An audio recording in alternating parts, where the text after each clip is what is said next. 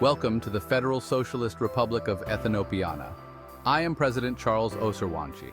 Today, we shall delve into the current global landscape and examine a profound shift instigated by the People's Kingdom of Wolkatia and the British Empire.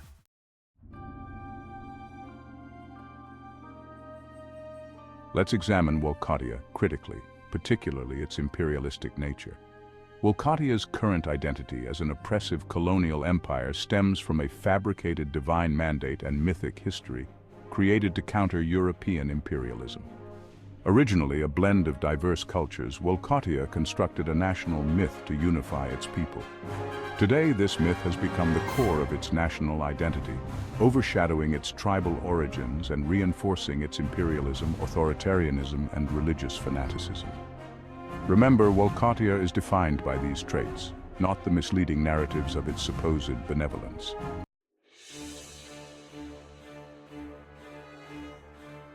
Today, Wolkatia, a nationalist state with imperial ambitions, maintains a delicate neutrality in the Cold War between the British Commonwealth and the Soviet Union.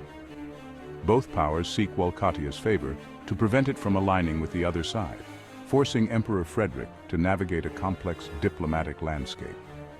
In the 1930s and 1912, Wolkatia supported the Soviet Union significantly, but after Stalin's death and Khrushchev's rise, Soviet hostility grew due to Wolkatia's colonialism.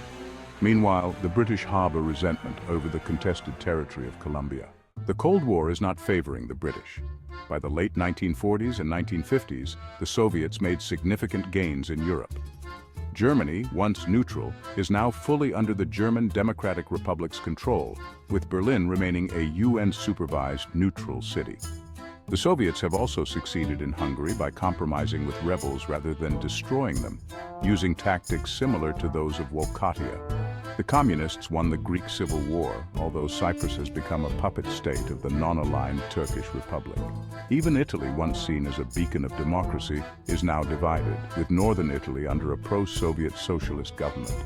The British Commonwealth and the Republic of China share an uneasy alliance, driven by differing goals. Britain seeks to eradicate communism, while China aims to eliminate imperialism. Soviet-Chinese conflicts stem from Russian imperialism, while Soviet-British tensions focus on resisting communism's grip on Europe. For this reason, Britain is forced to support China in a war that they would normally not want any involvement in.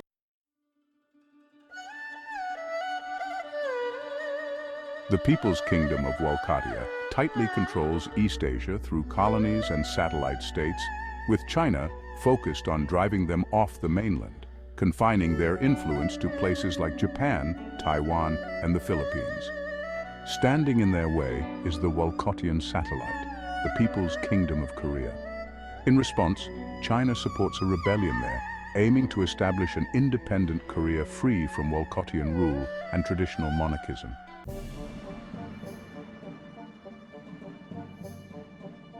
Due to Soviet condemnation of Wolkatia, the British Commonwealth considered it a potential ally.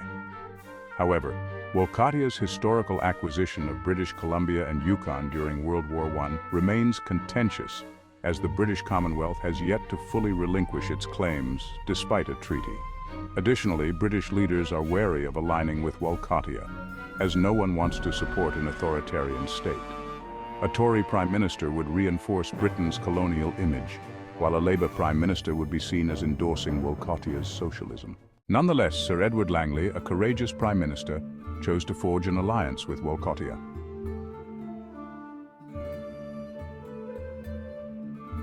Born on August 2nd, 1885 and raised in France, I developed a strong appreciation for democratic values which influenced my political liberalism in Britain. I opposed extremes and sought a practical approach to international relations, leading me to form an alliance with Wolkatia. My proposal to Emperor Frederick included 3 key terms.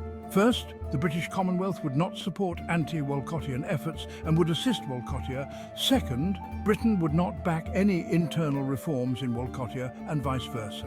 And third, Britain would officially apologise to Wolkatia for past grievances, a commitment to be upheld by all Commonwealth members.